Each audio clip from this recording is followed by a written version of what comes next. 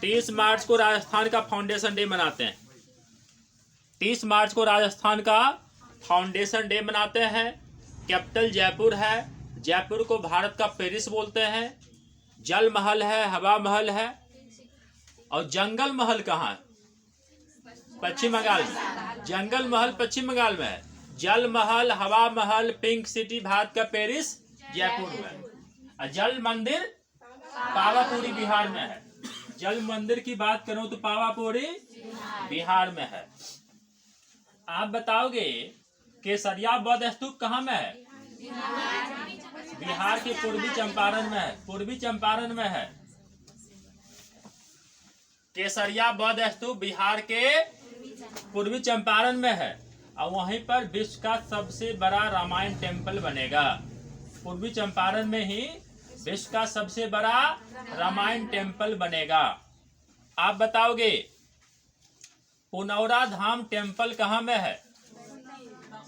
सीतामढ़ी में है। माँ सीता मैया का जन्म वहीं पर होता है, कहा जाता है।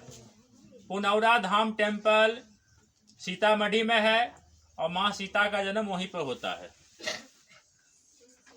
आप बताओ विश्व शांति स्तूप कहाँ में है? राजगीर में है। राजगीर 5 पहाड़ियों से घिरा हुआ है। घोड़ा कटोरा तालाब है। वहां पे अंतर्राष्ट्रीय स्टेडियम बन रहा है। वह सतपर्णी गुफा भी है। मगध की प्राचीनतम राजधानी गिरिब्रज या राजगिरी वहीं हुआ करती थी। चलो आप लोग बता देंगे नाटो का 31वां मेंबर कौन बना है? फिनलैंड बना। नाटो का 31वां मेंबर फिनलैंड बना। आप लोग बताओ नाटो का मुख्यालय कहाँ है? ब्रुसेल्स है। और फाउंडेशन 1949 होता। आप आगे आ जाओ, आप आगे आओ। 1949 में होता है। 1949 में होता है। आप वहां से निकलो। क्या नाम है ये? आप इधर आओ, वहां बैठ जाओ। अब इधर ये होता है।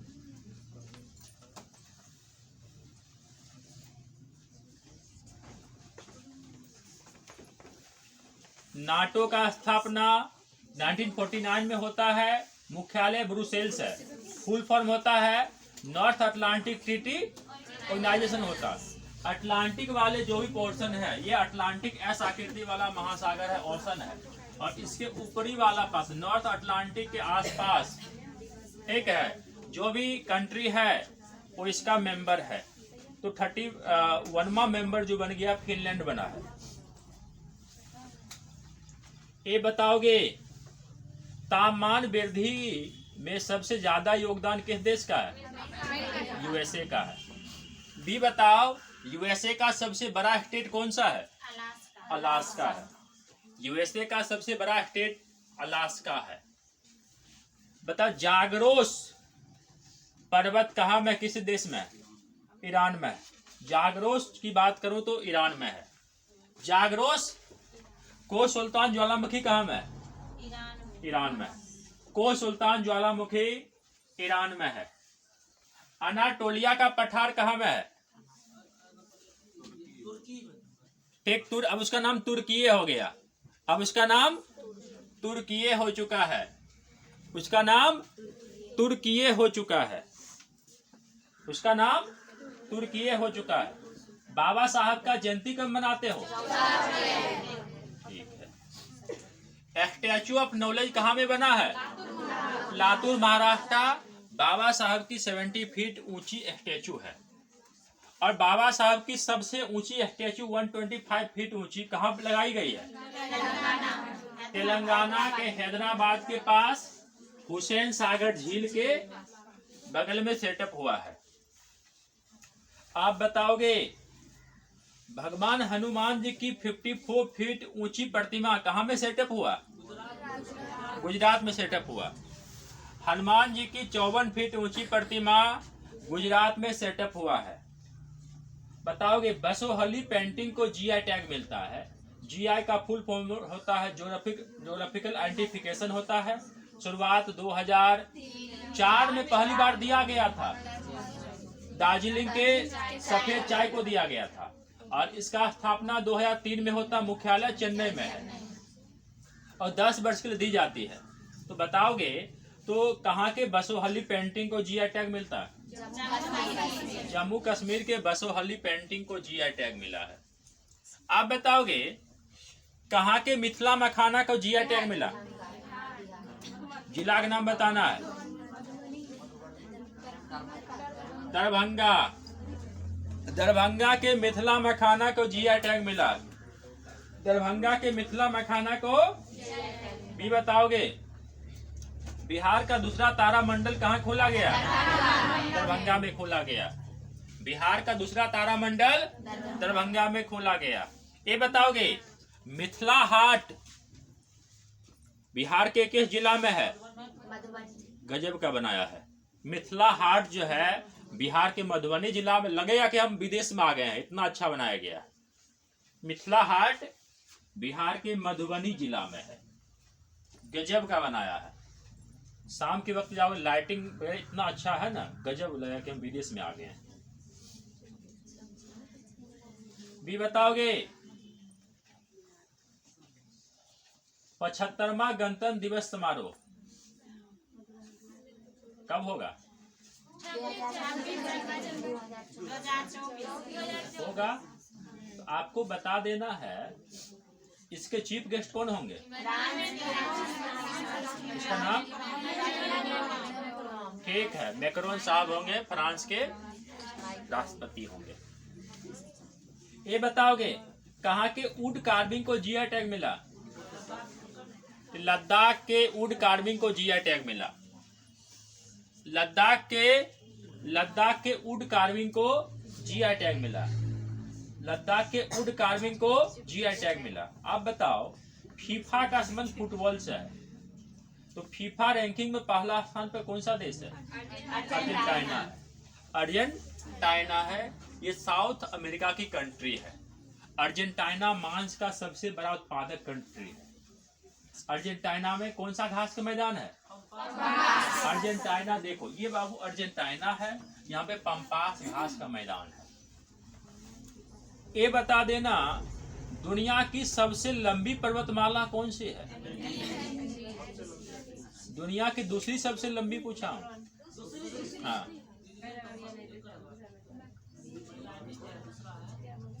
दुनिया का सबसे लंबी पर्वतमाला तो एंडीज है, साउथ अमेरिका में है। और दुनिया की दूसरी सबसे लंबी पर्वतमाला भी बताओ।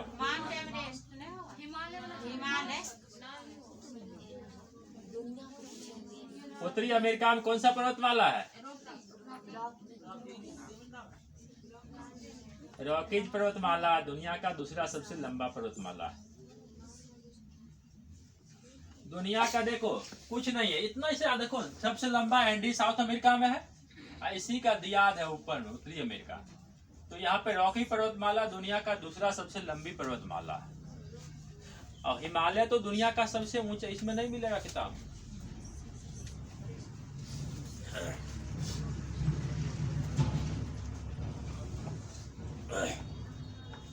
भी बताओगे एशिया का सबसे बड़ा ट्यूलिप गार्डन मनोज सिन्हा इनोग्रेट किया है उसका। ये बताओगे विश्व का पहला एशियाई किंग गिद्ध संरक्षण एवं प्रजनन केंद्र कहाँ खोला गया? महाराजगंज उत्तर प्रदेश।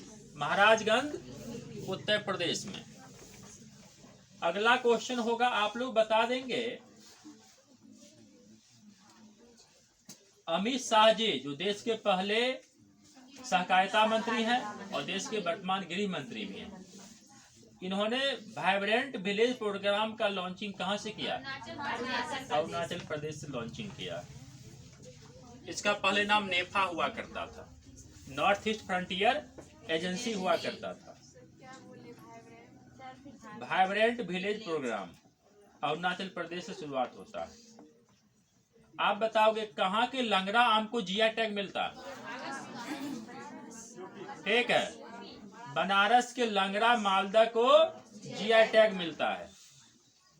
बताओ बिहार के किस आम को जीआई टैग मिला? भागलपुर के जर्दालू आम को जीआई टैग मिला। आप बताओ बिहार के किस पान को जीआई टैग मिला? नवादा के मगही पान को जीआई टैग मिला। नवादा के मगही पान को जीआई टैग मिला। पश्चिमी चंपारण किस चावल को जीआई टैग मिला? पश्चिमी चंपारण के। ये सब क्वेश्चन बड़ा इंपॉर्टेंट, बीपीएससी पीटी में पूछ लेगा पक्का।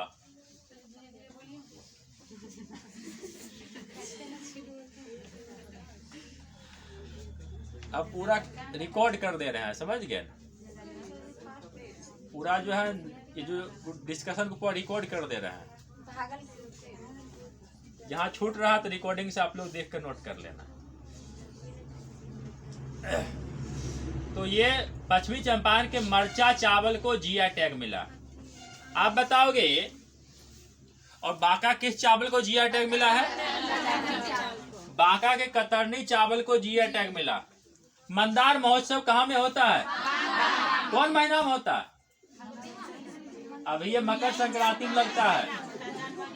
मकर संक्रांति के अवसर पर मंदार महोत्सव बांका में मंदार पर्वत है। बांका में क्या है? देखो बांका की बात करोगे, कहाँ के बिहार का?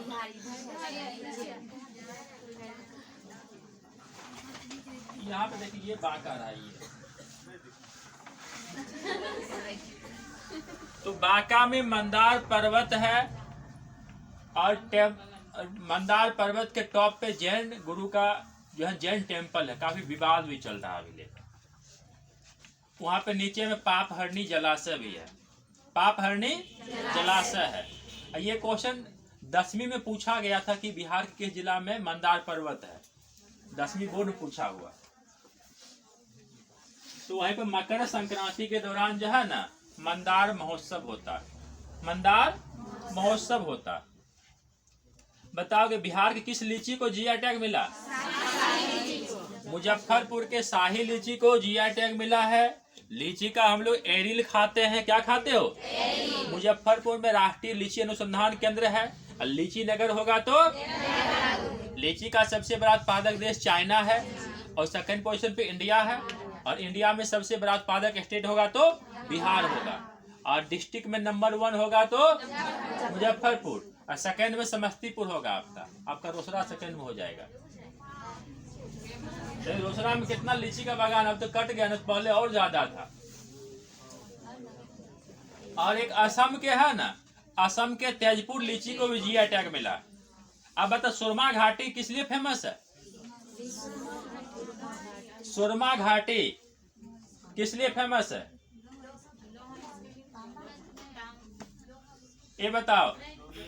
पेट्रोलियम के लिए असम में है। सुरमा घाटी असम में है, पेट्रोलियम के लिए फेमस है। आप देखो ना किताब में लुसेंटियम दिया हुआ, देखिए पहले पेट्रोलियम है, उस पहले लिखा हुआ सुरमा घाटी और नून माटी लिखा हुआ। सुरमा घाटी असम में है और खनिज तेल के लिए फेमस है।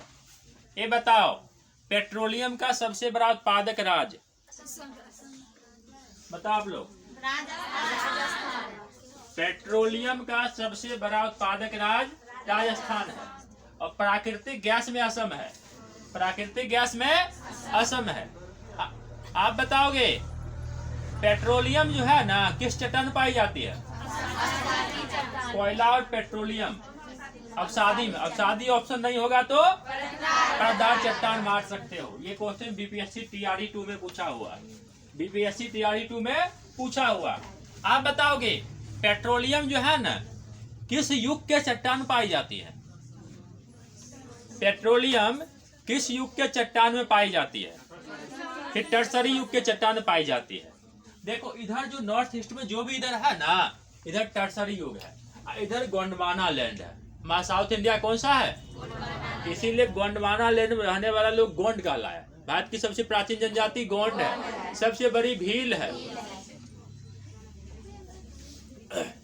और देखो भारत में अधिकांश कोयला गोंडवाना लैंड का है और कुछ कोयला जो है ना ये टर्सरी युग का।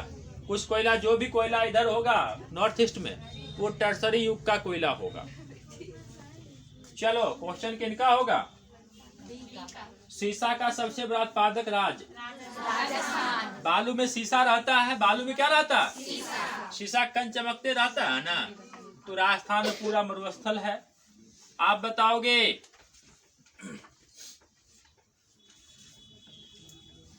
थावे उत्सव बिहार किस जिला में होता है? गोपालगंज में। थावे महोत्सव गोपालगंज में होता है। आप बता दीजिएगा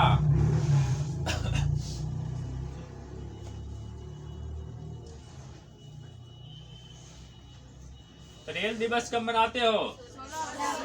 16 रेल सप्ताह 10 से 16 अप्रैल है। आपको बता देना थल सेना दिवस कब मनाते हो? 15 जनवरी थल सेना दिवस। आप बता देना पराक्रम दिवस सुभाष चंद्र बोस जी के जयंती के अवसर पर। राष्ट्रीय युवा दिवस, अंतर्राष्ट्रीय युवा दिवस 12, अंतर्राष्ट्रीय हिंदी दिवस,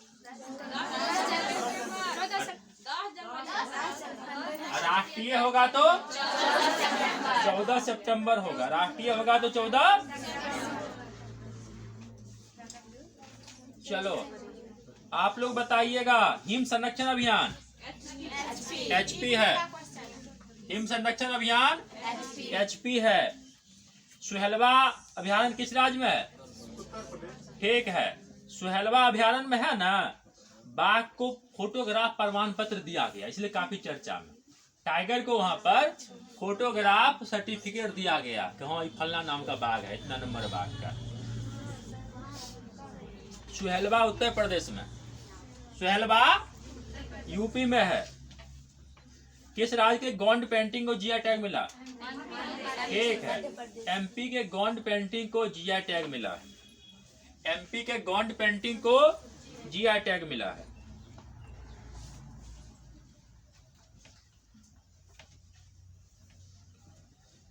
राज्य ऊर्जा दक्षता सूचकांक 22वें शीर्ष स्थान पे कौन सा राज्य रहा? आंध्रा। ठीक है। राज्य ऊर्जा दक्षता सूचकांक 2022 में शीर्ष स्थान पर आंध्रा रहा है। बताओ विश्व का पहला वैश्विक बौद्ध सम्मेलन कहाँ में हुआ? न्यू दिल्ली में हुआ। विश्व का पहला वैश्विक बौद्ध सम्मेलन न्यू दिल्ली में होता है। कहाँ में होता है? न्यू दिल्ली में होता। काल चक्र परिक्रमा कहाँ में होता है?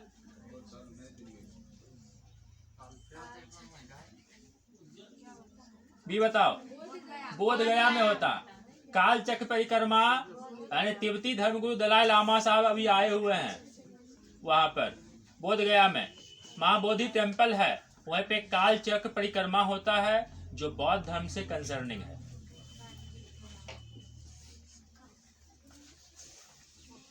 भी बताओगे बिहार के किन दो शहरों के बीच, किन दो तीर्थस्थल के बीच पहली बार चौपड़ सेवा की शुरुआत हुआ? 5000 रुपया में हेलीकॉप्टर में घूम लीजिएगा। दो टूरिस्ट प्लेस है, 5000 रुपया में एकदम टिकट कटवाइए, हेलीकॉप्टर में घूम लीजिएगा। तो गया से राजगीर, बोध गया से राजगीर दो टूरिस्ट प्लेस है ना। बिहार में पहली बार किन दो शहरों के बीच चौपड़ सेवा की शुरुआत हुआ है? बोध गया से राजगीर।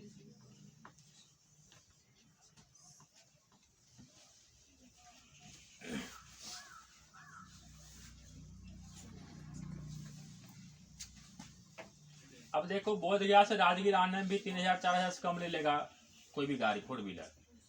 5000 में आ जाएगा हेलीकॉप्टर से आधा घंटा में।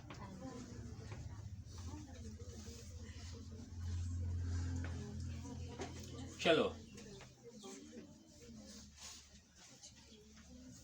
ये बताओगे फेमिना मिस इंडिया 2023 का खिताब कौन जीता? नंदिनी गुप्ता जीती है।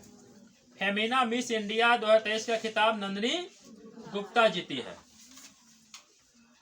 चीरा ओबा चंद्र नववर्ष किस राज्य मनाई जाती है?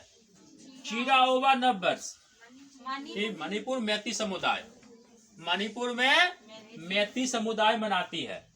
चीरा ओबा नववर्ष, चीरा ओबा नववर्ष मणिपुर में मनाई जाती है और मैती समुदाय मनाती है।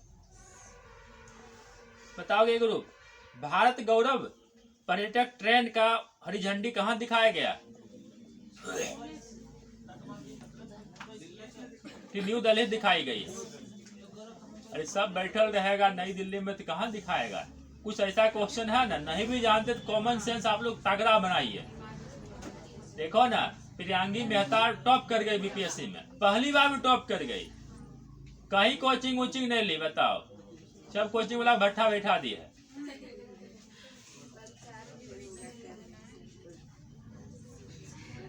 क्या क्वेश्चन था ये?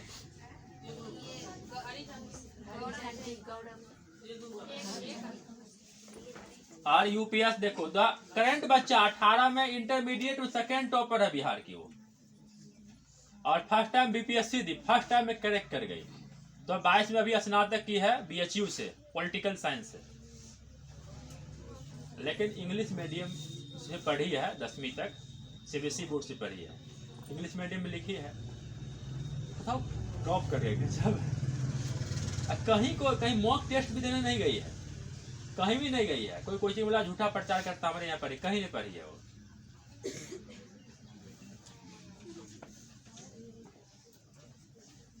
बात क्या होता है देखो, बहुत बड़ा इसमें सिंडिकेट काम, जो आप टॉपर बन जाओगे ना तो सीधा कोचिंग वाला सब देगा, करोड़ करोड़ रुपया ऑफर देगा, 1 करोड़ रुपया ले लो, बोल दो कि हमारे फलने कोचिंग पर हैं। जो कमाता अरबों रुपया में कमाता है, 1 करोड़ रुपया दे दिया, क्या बिगड़ गया उसका? अब प्रचार हो गया उसका, बताओ, खूब आंख मूंद बच्चा जाता है, एडमिशन करवा लेता है। दिल्ली उल्ली में खूब होता है, पटना में खूब होता है, यही सब सिंडिकेटे चलता है।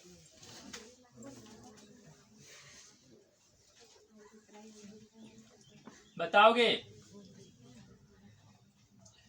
बी, एप्पल ने भारत में अपना पहला स्टोर कहाँ खोला है? मुंबई में खोला। एप्पल ने इंडिया में पहला स्टोर मुंबई में खोला। ये बताओ, दुनिया का सबसे बड़ा नार्को स्टेट कौन सा देश बन गया? सीरिया बन गया। नार्को समझते हो ना, वो जो एक तरह से मादक पदार्थ, नशीला पदार्थ होता। दुनिया का सबसे बड़ा नार्को स्टेट सीरिया बन गया।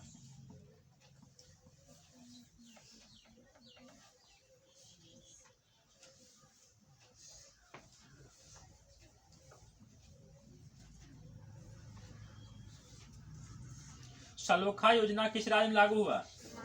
महाराष्ट्र में। सलोखा महाराष्ट्र में लागू हुआ। सलोखा योजना महाराष्ट्र। ये बताओगे, पूर्वोत्तर भारत का सबसे बड़ा indoor stadium? Shillong Meghalaya. Shillong Meghalaya.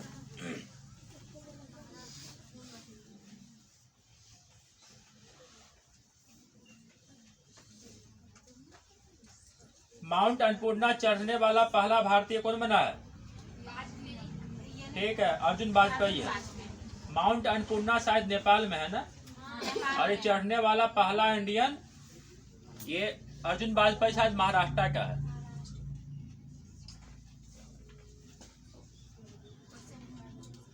Mount Annapurna जो नेपाल में है, फतह करने वाला पहला भारतीय अर्जुन वाजपेयी महाराष्ट्र का है।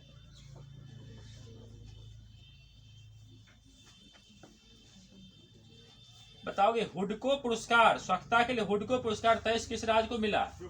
यूपी को मिला। 2023 का सबसे स्वच्छ राज्य का खिताब किसको मिला? और स्वच्छ सिटी होगा तो इंदौर और सूरत दोनों को मिला संयुक्त रूप से।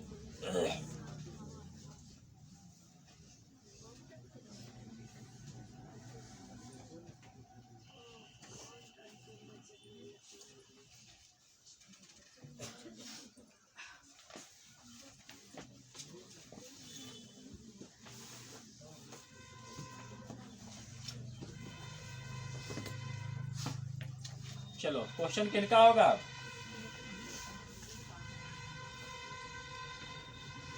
चारों वेद को क्या कहा जाता है? संहिता कहा जाता है। 4 वेद है आपका, चारों वेद को संहिता कहा जाता है। सबसे प्राचीन ऋग्वेदा है, सबसे बाद वाला वेद अथर्ववेदा है। सबसे प्राचीन ऋग्वेदा, सबसे बाद वाला अथर्ववेदा। बताओ, गद और पद वाला वेद कौन सा है? आयुर्वेद जो है ना, ऋग और गद और पद वाला वेद है। संगीत का जनक बताओ। सामवेद को संगीत का जनक कहते हैं। ऋग्वेद के 8वें मंडल को क्या कहते हैं? ठीक है, ऋग्वेद के 8वें मंडल की हस्तलिखित ऋचा को खिल बोलते हैं। हस्तलिखित ऋचा को क्या बोलते हो? खिल बोलते हैं। आप बताओगे फाहियान इंडिया में कितना वर्ष तक रहा था? लगभग 14 से 15 वर्ष तक रहा था। और ये चंद्रगुप्त द्वितीय के शासनकाल में इंडिया आया था। फिर 99 में आया था और 415 में वापस चला गया था। और वह इंसान किसके टाइम आया था? ये आया था 629 में आया था, 645-44 में चला गया था। इन्हें यात्रियों का राजकुमार, नीतियों का पंडित, शाक मुनि भी कहा जाता है। शिव की नामक पुस्तक भी लिखा था और नालंदा विश्वविद्यालय में पढ़ाई भी किया था। उस टाइम में नालंदा विश्वविद्यालय कुलपति आचार्य श्रीभद्र थे। नालंदा का स्थापना कुमारगुप्त प्रथम ने किया था। आप बताओगे फाहियान जो है ना, अपने यात्रा वृत्तांत में किस राज्य के समाज के जनता को सुखी और समृद्ध बताया था? ठीक है, मध्य प्रदेश। फाहियान जो है या अपने यात्रा वृत्तांत में मध्य प्रदेश, एमपी, जहाँ पे सबसे ज्यादा जंगल है, टाइगर है, नदियों का मायका है, पहाड़ियों की नगरी, पहाड़ियों का राज है, सोया प्रदेश है, मसालों का सबसे बड़ा उत्पादक राज्य है। तो मध्य प्रदेश को सबसे सुखी संपन्न बताया था फाहियान अपने पुस्तक यात्रा वृत्तांत में। आप बताइएगा डायमेकस किसका राजदूत था?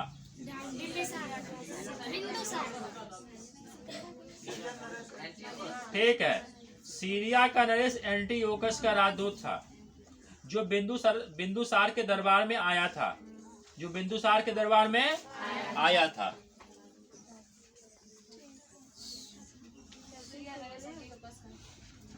आप बताओगे डायोनीसियस किसका राजदूत था? ये अशोक के काल में आया था। मिस्र का था, अशोक के दरबार में। उस राजा का नाम बताइए। डायमेकस सीरिया का नरेश एंटीओकस का राजदूत था। और डायोनीसियस मिस्र नरेश क्या था? अशोक के दरबार में आया था। किसका राजदूत था? मिस्र का था। आप लोग बताओ। ठीक है, मिस्र नरेश टॉलमी, ठीक है, फिलाडेल्फस का था। टॉलमी फिलाडेल्फस का ये राजदूत था।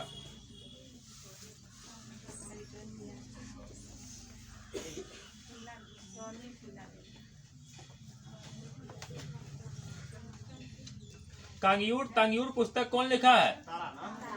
तेवती लेखक तारानाथ लिखा है।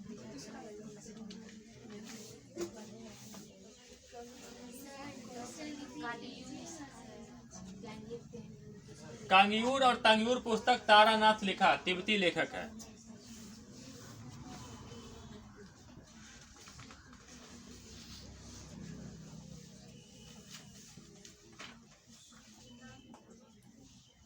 वैष्णव धर्म के प्रवर्तक कौन थे? लॉर्ड कृष्णा थे। लॉर्ड कृष्णा थे वैष्णव धर्म के प्रवर्तक हुआ करते थे। लॉर्ड कृष्णा वैष्णव धर्म के प्रवर्तक हुआ करते थे। लॉर्ड कृष्णा जो है ना, वो वैष्णव धर्म के प्रवर्तक हुआ करते थे। बता, हैदर अली मैसूर का शासक कब बनता है? 1700। हैदर अली की मृत्यु कब होता है?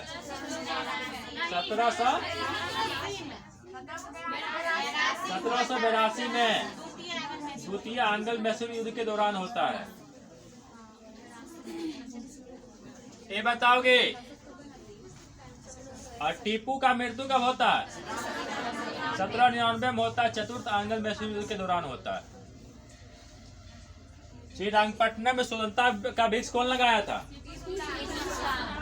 और फ्रांस के साथ इसका मित्रता था। ठीक है, और जेकोबिन क्लब का मेंबर ही बना था ये। और इंग्लैंड से दुश्मनी चल रहा था इसका। ये बताओगे बांडीवास का युद्ध कब होता है? 1760 में होता है। 1760 में बांडीवास का युद्ध होता है।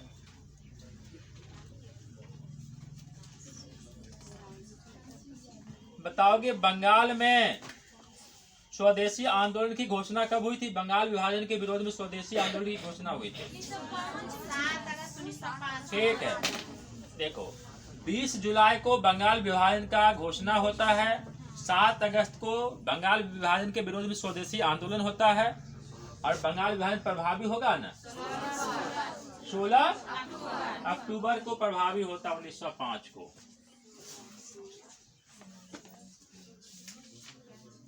जबरा पहाड़िया किसका वास्तविक नाम था? तिलका माझी का वास्तविक नाम जबरा पहाड़िया था। तिलका माझी का वास्तविक नाम जबरा पहाड़िया था। आप बताओगे कोमा गाटा मारू जापानी जहाज को किसने किराए पर लिया था? बाबा गुरुदत्त ने किराए पर लिया था। क्वेश्चन है कोमा गाटा मारू एक जापानी जहाज है जिसको किराए पे बाबा गुरुदत्त सिंह ने लिया था। ये जलियान जैसे हुबली पहुंचा ना 351 यात्रियों के साथ 1914 में हुबली पहुंचा था। और बजबज नामक बंदरगाह पर जहाज पहुंचने पर तलाशी हुई, संघर्ष हुआ। उसमें बहुत सारे यात्री मारे गए और घायल भी हुए थे।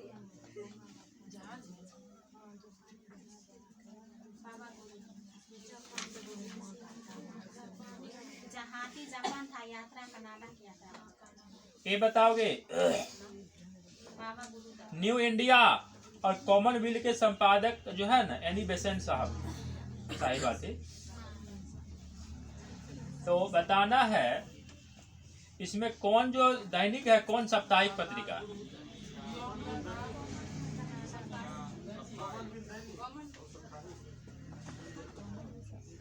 आप लोग बताओ, पास नहीं जाएगा। न्यू इंडिया दैनिक है, न्यू इंडिया दैनिक है, कॉमनवेल्थ साप्ताहिक है, पास नहीं जाएगा। बताओगे महात्मा गांधी को चंपारण बुलाया था राजकुमार शुक्ला, किसान नेता, समझ गए ना? आपको बता देना है राजकुमार शुक्ला जी जब मर गए थे ना, इनको 300 रुपया श्राद्ध के लिए कौन भेजा था? ठीक है, एक अंग्रेज अधिकारी है ना, वो 300 रुपया का श्राद्ध के लिए जाओ करवा दो उसका। कहा कि चंपारण का अकेला मर्द था वो लड़का।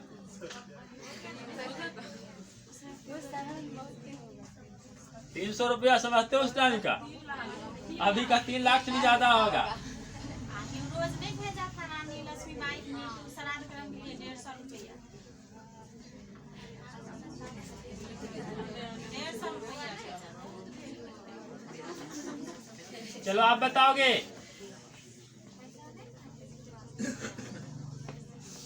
बिहार में जो किसान आंदोलन का नेतृत्व कौन किया था?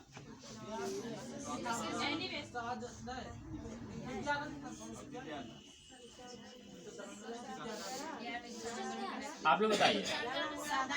स्वामी सहजानंद ने किया था। अरे जो अखिल भारतीय किसान सभा का स्थापना किया था वो देखो बिहार के थे ना, लेकिन बिहार में उनका कर्मभूमि था। ये क्वेश्चन बीपीएससी टीआरई 2 में पूछा हुआ, ये क्वेश्चन बीपीएससी टीआरई 2 में पूछा हुआ है। भी बताओगे बिहार प्रांतीय किसान महासभा का स्थापना स्वामी सहजानंद ने कब किया था? 1929 में किया था। बिहार प्रांतीय किसान महासभा का स्थापना स्वामी सहजानंद सरस्वती 1929 में किया था। और अखिल भारतीय किसान महासभा 1936 कहाँ में हुआ था? लखनऊ में हुआ था। अध्यक्ष कौन थे? स्वामी सहजानंद सरस्वती चेयरमैन थे। एनजी रंगा महासचिव थे। एनजी रंगा कौन थे? महासचिव थे।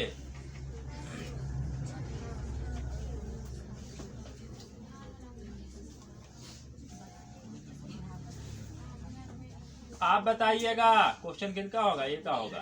क्षोभ मंडल की अधिकतम ऊंचाई कितना होता है?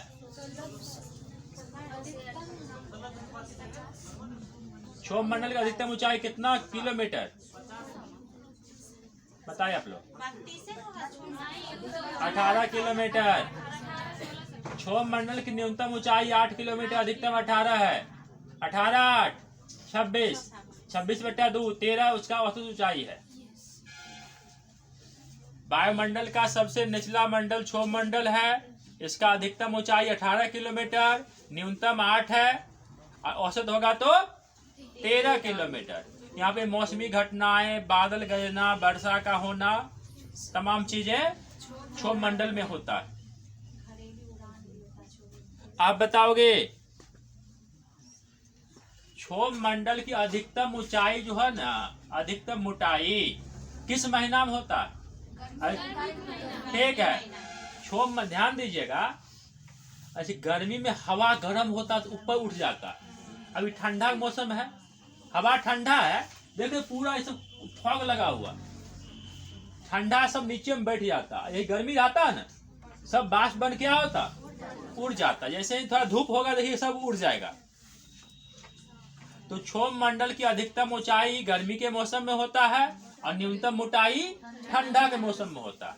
अब इससे देखो स्पष्ट रूप से जाहिर है। अब क्वेश्चन पूछ देगा क्षोभ मंडल की अधिकतम ऊंचाई कहाँ पे होता है? तो विषुवत रेखा पर।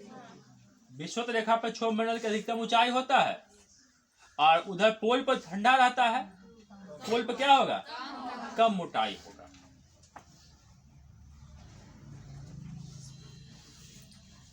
क्वेश्चन एक का होगा, एक ही होगा। बताओगे आप लोग आयन मंडल की मोटाई, आयन मंडल की ऊंचाई कितना किलोमीटर? 50। ये भी क्वेश्चन बीपीएससी टीआरई 2 में पूछा हुआ। आयन मंडल, ये क्वेश्चन जो है 50 किलोमीटर उसकी ऊंचाई होती है। ये बीपीएससी टीआरई 2 में पूछा हुआ।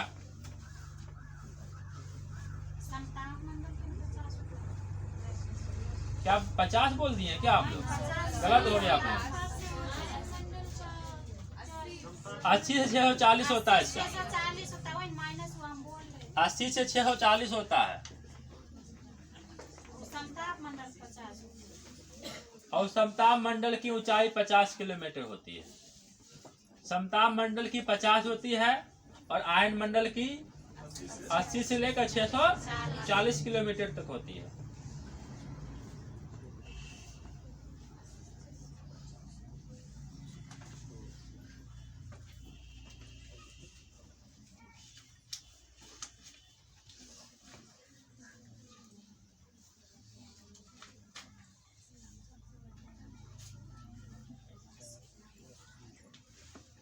बताओगे आप लोग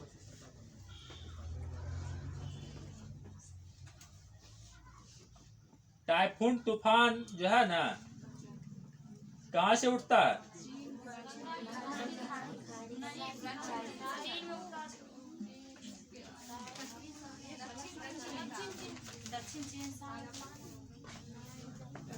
आप लोग बताओ।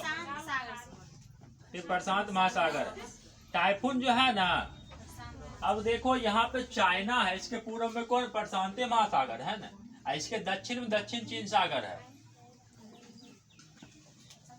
तो टाइफून तूफान जो है प्रशांत महासागर से उठती है और चीन सागर में चलने वाली जो है ना वक्रगामी जो कटिबंधीय चक्रवात को टाइफून बोलते हैं, निकलती है प्रशांत महासागर से लेकिन चलती है दक्षिण चीन सागर में। चाइना का ये है।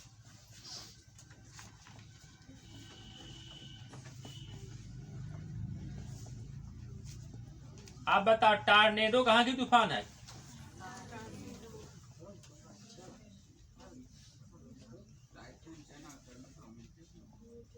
एक टार्नेडो ऑस्ट्रेलिया और अमेरिका दोनों का। टार्नेडो ऑस्ट्रेलिया और यूएसए दोनों का है।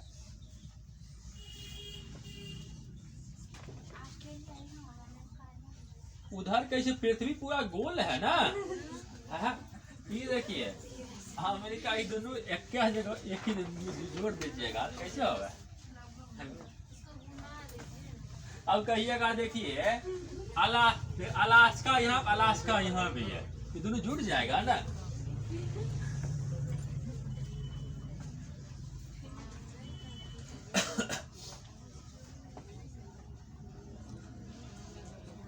आप लोग बी का क्वेश्चन होगा अब, गन्ना का सबसे बड़ा उत्पादक देश। ये भी क्वेश्चन बीपीएससी टीआरई 2 में पूछा हुआ है। बीपीएससी टीआरई 2 में पूछा हुआ है, गन्ना का सबसे बड़ा उत्पादक देश ब्राजील है, और दूसरा सबसे बड़ा एशिया है। तो वही क्वेश्चन होगा कि, चलो आप बताओगे, उच्च कोटि के लौह अयस्क का सबसे बड़ा उत्पादक देश कौन सा है? उच्च कोटि के लौह अयस्क का सबसे बड़ा उत्पादक देश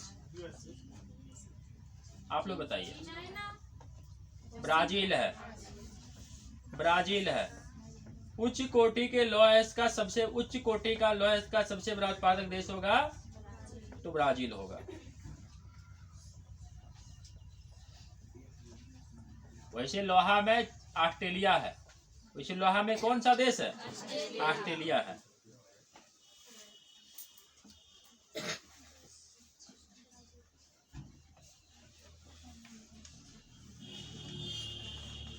पता, कड़ी चट्टान पे उगने वाला वनस्पति क्या कहलाता है?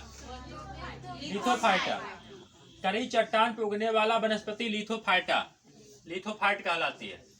कड़ी चट्टान पे उगने वाली पौधा लिथोफाइट।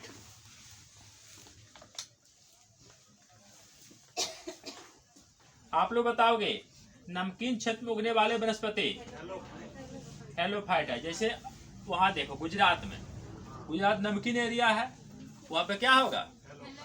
हेलोफाइट होगा।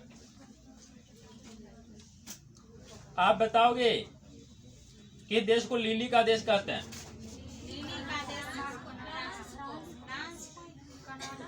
कनाडा को बोलते हैं। कनाडा को लिली का देश बोलते हैं। कनाडा को लिली का देश कहा जाता है।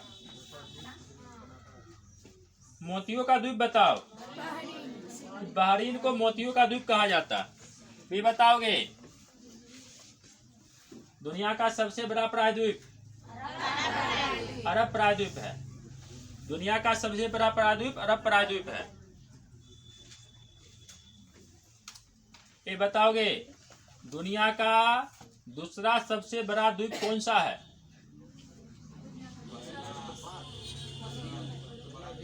दुनिया का दूसरा सबसे बड़ा द्वीप कौन सा है? सबसे बड़ा ग्रीनलैंड है और सबसे बड़ा द्वीप समूह इंडोनेशिया है। आपको बता देना, दुनिया का दूसरा सबसे बड़ा द्वीप। बोर्नियो तीसरा है। जावा। जान लो, इंडोनेशिया का सबसे बड़ा द्वीप सुमात्रा है, जावा सेकंड स्थान पर है। आप लोग बताइए कि पापुआ न्यू गिनी है। दुनिया का दूसरा सबसे बड़ा द्वीप पापुआ न्यू गिनी है और तीसरा है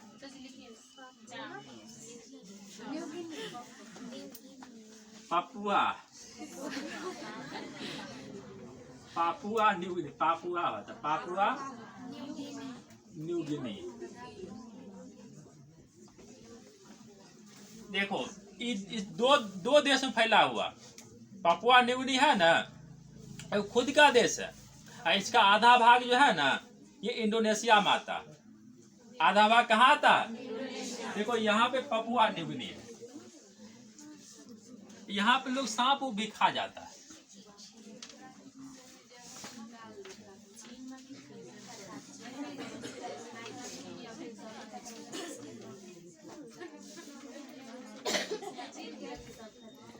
चलिए बताइएगा,